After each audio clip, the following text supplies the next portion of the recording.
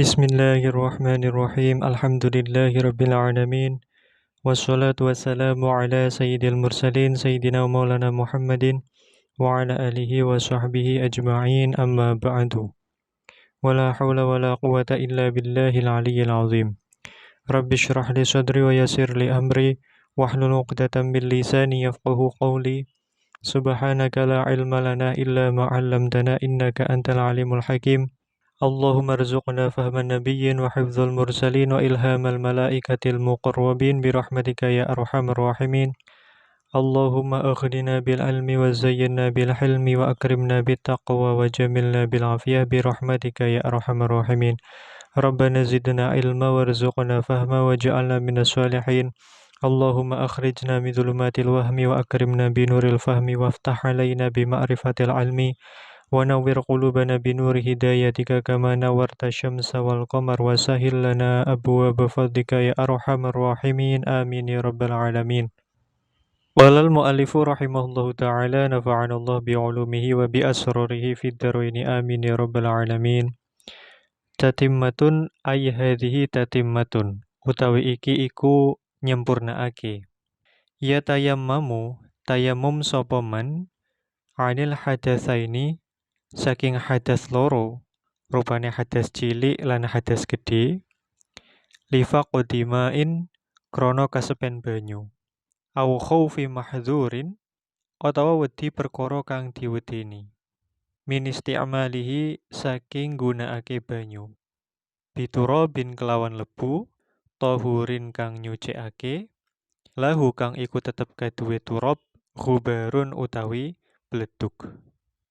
Jadi seseorang boleh bertayamum dari dua hadas, yaitu hadas kecil dan hadas besar, oleh sebab tidak adanya air untuk mandi ataupun untuk berwudu. Atau ada air, namun dia khawatir adanya sesuatu atau penyakit yang dapat membahayakan dirinya ketika dia menggunakan air. Semisal ketika dia menggunakan air, maka penggunaan air tersebut dapat mengancam keselamatan nyawanya, atau misalnya dapat menyebabkan anggota tubuhnya tidak berfungsi, atau misalnya ketika dia menggunakan air, penyakitnya menjadi bertambah parah dan lama masa penyembuhannya. Maka dia boleh mengganti toharohnya dengan cara bertayamum. Dengan apa tayamumnya? Biturabin tohurin, dengan debu yang suci. Lahu ghubarun, yang dia memiliki ghubar, yakni dia dapat beterbangan. Nah, kemudian tata caranya bertayamum seperti apa? Qala al-mu'allifu rahimahullahu ta'ala wa arkanuhu utawi piro-piro rukune tayamum. Iku niyatus tibahati sholati, iku niat nuprih kawenangane sholat. Al-mafrudoti kang difarduake. Niat iki makrunatan hale den barengake bina kulit turabi kelawan mindah lebu. Wa mashu wajhihi lan ngusap wajah man summa yadaihi mongko kari-kari tangan lorone man. Kemudian rukun-rukunnya tayamum yang pertama adalah niyatus tibahati sholati al-mafrudoti. Niat istibahati sholati al-mafrudoti. Niat agar diperbolehkan untuk melaksanakan sholat fardu. Maka fala yakfi niyatu raf'il hadas. Tidak cukup hanya niat untuk mengangkat hadas, karena memang apa? Karena tayamum itu tidak bisa menghilangkan hadas bagaimana wudu. Jadi niat yang sah itu adalah niat istibahati sholat. Niat agar diperbolehkan untuk melaksanakan sholat yang fardu. Kemudian niat ini makorunatan binaqli turabi, dibersamakan dengan proses memindah debu.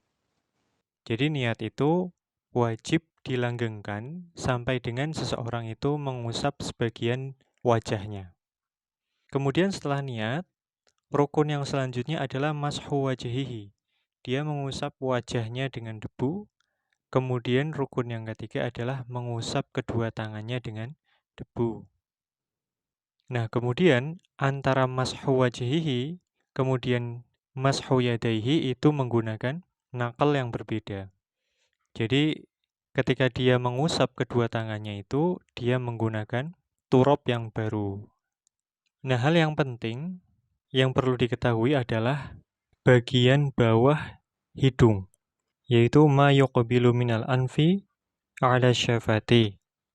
Jadi hidung bagian bawah itu seringkali luput dari usapan. Maka ini seharusnya menjadi perhatian yang lebih. Jangan sampai ketika mengusap wajah itu bagian bawah hidung yang menghadap ke bibir itu tidak terusap. Qala al-mu'allifu rahimahullahu ta'ala, walau tayaqqana lan lamun ngeyakinake sapa man ma'an ing banyu akhirul waqti ing dalam akhire wektu fantidharuhu mongko utawi nunggu-nunggu ma iku afdalu iku luwih utama. Wa illa lan lamun ora ay wa illam yatayaqqan fa ta'jilu tayammumin mongko utawi nyepetake tayammum iku afdalu iku luwih utama. Kemudian ketika seseorang yakin bahwa nanti akan ada air di akhir waktu sholat, maka yang lebih utama adalah menunggu air tersebut. Namun bila dia tidak yakin akan adanya air hingga habis waktu sholat, maka yang lebih utama adalah menyegerakan sholat dengan tayamum. Karena apa? Karena agar seseorang mendapatkan fadilahnya awal waktu. Walal mu'alifu rahimallahu ta'ala wa idham tana'a lan nalikane cinegah apa isti'maluhu apa nganggo banyu fi udwin ing dalam anggota siji wajaba mongko wajib apa tayammum siji wa ghuslu sahihin lan basuh anggota kang waras kang sehat wa mashu kullis satiri lan ngusap saben-saben perkara kang nutupi ad-dharri kang melarati apa nazu'uhu nyoplok iku satir bimain kelawan banyu. Kemudian, jika seseorang tidak mampu untuk menggunakan air, yakni dia diharamkan secara syarak untuk menggunakan air, yaitu ketika dia mengetahui misalnya adanya bahaya yang akan dia alami ketika menggunakan air berdasarkan kabar dari dokter misalnya. Jika orang ini tidak bisa menggunakan air pada satu anggota wudhu yang terhalangi misalnya, maka untuk anggota wudhu yang terhalangi tidak bisa dibasuh dengan air atau diusap dengan air, maka dia wajib bertayamum untuk anggota tersebut. Kemudian, dia wajib membasuh bagian yang sehat, yang tidak terhalangi untuk dikenai air. Kemudian dia wajib untuk mengusap setiap satir atau misalnya perban yang menempel, yang mana perbannya ini tidak boleh dilepas karena adanya bahaya ketika melepasnya, yang mana perban ini adalah diusap dengan menggunakan air. Jadi, prinsipnya di dalam bertayamum ada 3 kewajiban di sini. Sebagaimana yang disampaikan oleh Syekh Zainuddin Al-Malibari rahimahullah, ada 3 kewajiban yang wajib dilakukan pada anggota yang diperban atau ditutup, sehingga dia tidak bisa dikenai air. Sedangkan perbannya itu tidak boleh dilepas karena adanya bahaya jika dilepas. Perkara wajib yang pertama adalah bertayamum. Jadi, seseorang berwudu seperti biasa dari awal, dengan cara membasuh atau mengusap anggota wudu yang sehat sesuai dengan urutannya. Nah, kemudian di saat dia sampai pada anggota yang ada perbannya, yang terluka itu, dia ganti usapan atau basuhannya itu dengan tayamum. Jadi misalnya, ada seseorang yang memiliki luka di tangan misal, kemudian di tangannya itu ada perban. Maka setelah seseorang membasuh wajah dan sebelum mengusap sebagian kepala, maka dia wajib bertayamum, yaitu sebagai ganti karena ada bagian luka yang tidak bisa diusap atau dibasuh dengan air. Kemudian perkara wajib yang kedua, yang pertama bertayamum, yang kedua ghuslu sahihin, membasuh bagian-bagian yang sehat. Jadi misalnya lukanya itu hanya 5 cm, maka selain dari 5 cm itu wajib tetap dibasuh atau diusap dengan air. Dan keterangan di dalam I'anatul Thalibin, Sayyid Bagri Syato mengatakan wajibu ayyatalattafa fi ghusli sahihi al-mujawiri lil alil biwad'i khirqatin mablulatin biqurbihi. Jadi seseorang wajib untuk pelan-pelan di dalam membasuh bagian yang sehat yang bersandingan dengan luka, yaitu dengan cara meletakkan kain yang sudah dibasahi dengan air, kemudian memerasnya. Hal ini agar air dapat menetes dan membasahi daerah tersebut. Jadi tidak boleh dibasuh dengan basuhan yang dapat membahayakan. Cukup pelan-pelan dengan menggunakan kain yang dibasahi dengan air. Kemudian perkara yang ketiga yang wajib dilakukan bagi orang yang memiliki luka yang diperban, itu adalah mashukul lisatiri, mengusap setiap perban atau penutup dengan menggunakan air. Dengan catatan perbannya ini memang membahayakan ketika dilepas. Namun kalau tidak membahayakan, justru malah wajib dilepas. Jadi untuk perban yang tidak memungkinkan untuk dilepas karena adanya bahaya, maka orang ini wajib mengusap bagian atas perban tersebut dengan menggunakan air. Nah, kenapa kok perban ini tetap wajib dibasuh? Ya, badalan amma akhadahu minas sahih. Kata Sayyid Bakri Syato adalah sebagai ganti. Karena perban atau satir ini mengambil sebagian daripada anggota wudhu yang sehat, yang sahih. Sedangkan kalau misalnya kondisi perbannya ini tidak mengambil bagian yang sehat, maka tidak wajib untuk mengusap perban tersebut dengan air. Wa min thamma law lam ya'khudh syai'an lam yajib mashuhu. Jadi kewajiban untuk mengusap perban dengan air ini adalah jika kondisi perban memang melebar sampai dengan menutup bagian yang sehat. Kemudian seseorang tidak mampu mengusap bagian yang sehat tersebut dengan air karena tertutupi dengan perban. Kemudian berkaitan dengan perkara yang wajib yang nomor 1 tadi, yaitu bertayamum, dan perkara yang wajib nomor 2, yaitu membasuh bagian-bagian yang sehat, maka Sayyid Bakri Syato mengatakan di dalam I'anatul Thalibin, ini boleh milih. Jadi seseorang boleh milih mau bertayamum dulu kemudian membasuh bagian yang sehat, termasuk membasuh dengan lembut bagian-bagian yang berdekatan, berdampingan dengan luka yang diperban tersebut, atau membasuh bagian-bagian yang sehat terlebih dahulu, baru kemudian bertayamum. Ini boleh milih. Beliau mengatakan, فَإِذَا كَانَتْ الْعِلَّةُ فِي الْيَدِ فَالْوَاجِبْ تَقْدِيمُ التَّيَمُّمْ عَلَى مَسْحِ الرَّأْسِ وَتَأْخِيرُهُ عَنْ غُسْلِ الْوَجْهِ وَلَا تَرْتِيبَ بَيْنَ التَّيَمُّمْ عَنْ عَلِلِهِ وَغُسْلِ صَحِيحِهِ. Tidak disyaratkan tertib antara tayamum dan membasuh bagian yang sehat. Falahu ayyatayammama awalan 'anil 'alil thumma yaghsila sahih min dzalikal 'udwi. Boleh mau tayamum dulu, boleh. Mau membasuh bagian yang sehat dulu, boleh. Namun, kata Sayyid Bakri Syato rahimahullah, yang bertayamum dulu, kemudian membasuh yang sahih, membasuh bagian-bagian yang sehat, itu lebih utama. Wahwa al-awla. Kemudian seseorang juga boleh membasuh bagian yang sehat dulu, kemudian bertayamum. Walahu ayyaghsila sahiha dzalikal 'udwi awalan, thumma yatayammama 'an 'alilihi. Kemudian setelah melaksanakan 3 perkara yang wajib ini, seseorang kemudian dapat melanjutkan wudhunya. Misalnya tadi ketika lukanya ada di tangan, berarti dia membasuh wajah seperti biasa. Kemudian saat sampai ke anggota, yaitu tangan, dia menggantinya dengan tayamum. Kemudian dia membasuh bagian-bagian yang sehat. Kemudian mengusap perban dengan air. Setelah itu, dia melanjutkan dengan mengusap sebagian kepala. Begitu, jadi harus urut. Jadi tayamumnya tidak diletakkan sembarangan, namun diletakkan sesuai dengan urutannya. Kemudian, dari ibaratnya Syekh Zainuddin, jadi beliau kan mengatakan wa idzam tana'a isti'maluhu fi 'udwin wajaba tayammumun.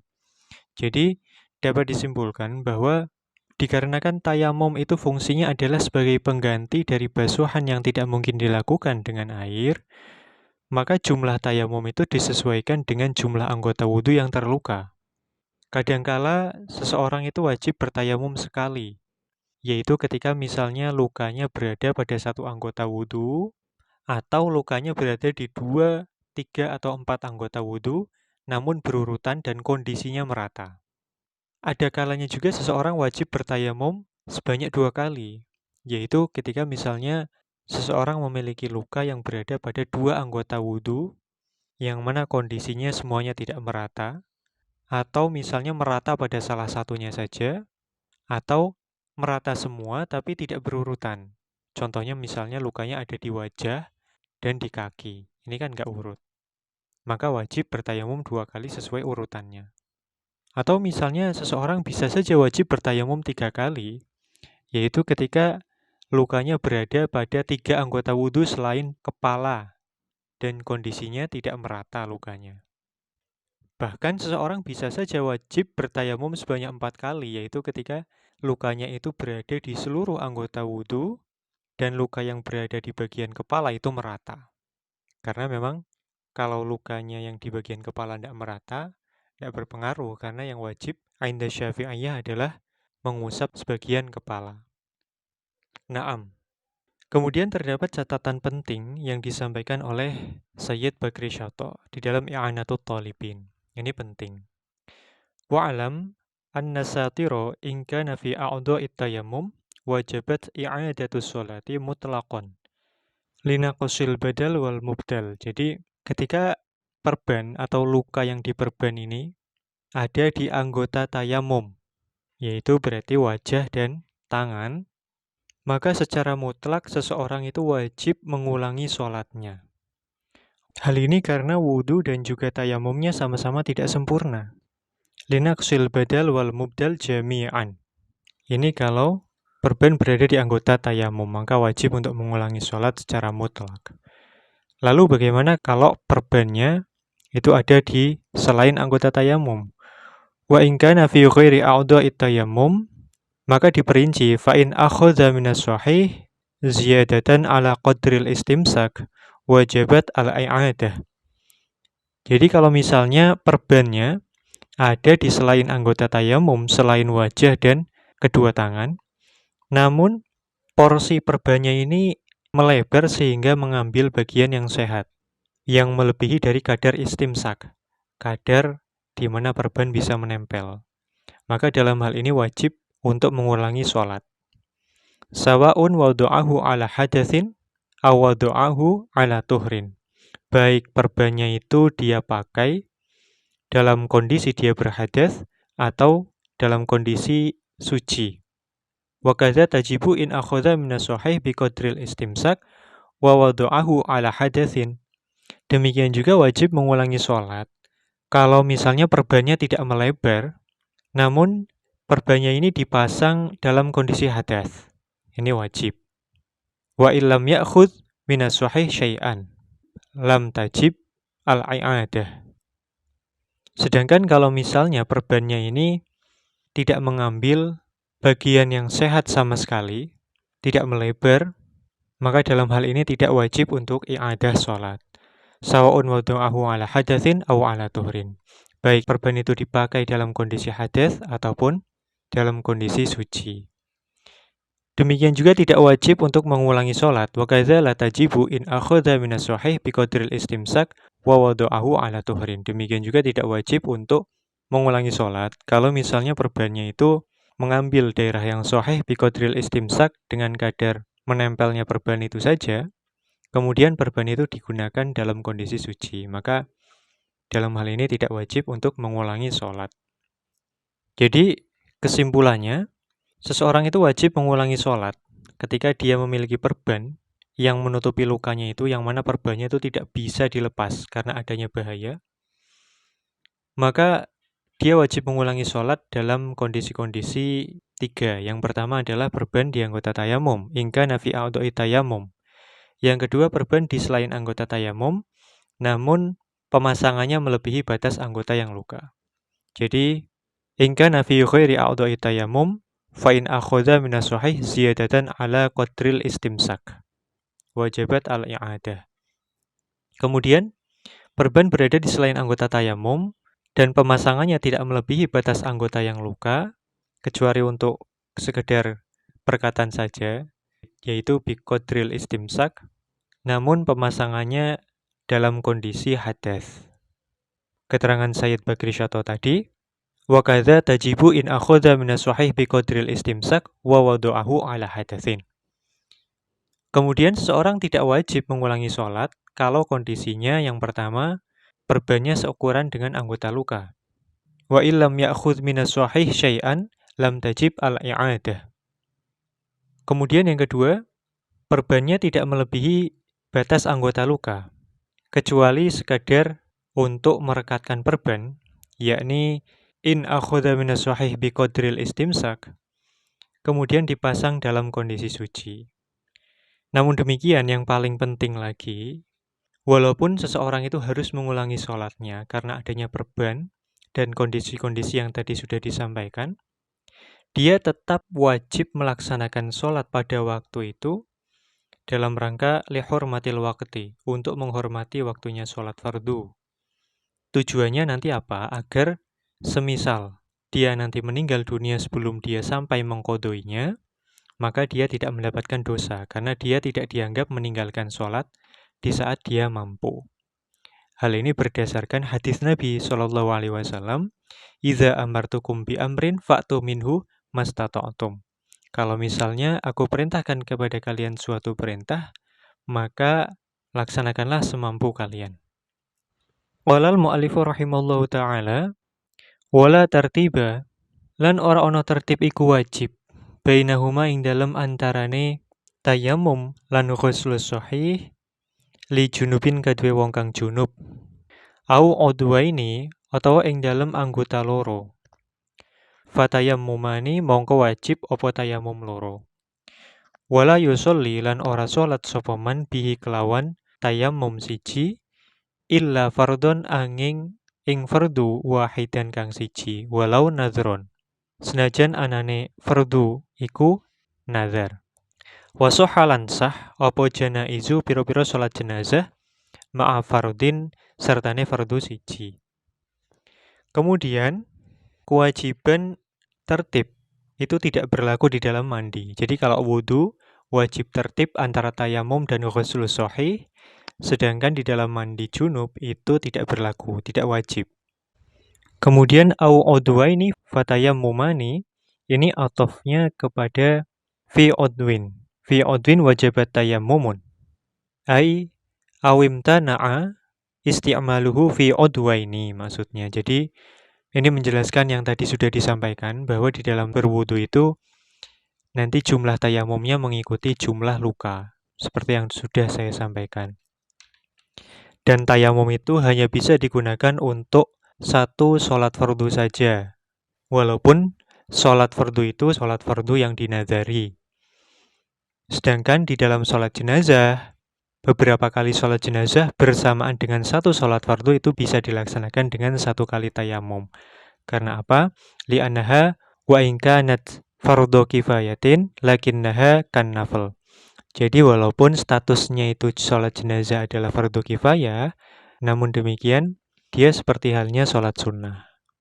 Jadi berkaitan dengan mandi besarnya atau mandi junubnya orang yang memiliki luka yang diperban ataupun yang tidak, maka sebenarnya prinsipnya sama seperti halnya wudu. Mandinya ini wajib disempurnakan dengan tayamum sebagai pengganti daripada anggota yang terluka yang tidak sempurna dibasuh dengan air. Yang membedakan antara mandi wajib dan wudu itu adalah pada urusan wajibnya tertib. Jadi di dalam wudu itu diwajibkan tertib bainat tayamum wa ghuslus sahih, sedangkan di dalam junub tidak disyaratkan demikian. Dan juga di dalam mandi junub diperkenankan langsung membasuh seluruh tubuh, kemudian nanti mengusap perban dengan air, baru diteruskan dengan tayamum, ataupun sebaliknya. Jadi tayamum dulu, baru kemudian membasuh bagian yang sahih. Kemudian mengusap perban dengan air. Disebutkan oleh Sayyid Bakri Syato, falahu ayatayammama awalan anil alil, thumma yaghsila as-sahih. Walahu ayaghsila awalan as-sahih min badanihi, thumma yatayammamu anil alil. Lakinil awla taqdimut tayammum. Namun demikian, yang lebih utama adalah mendahulukan tayamum agar supaya air itu nanti dapat membersihkan sisa atau bekasnya turab.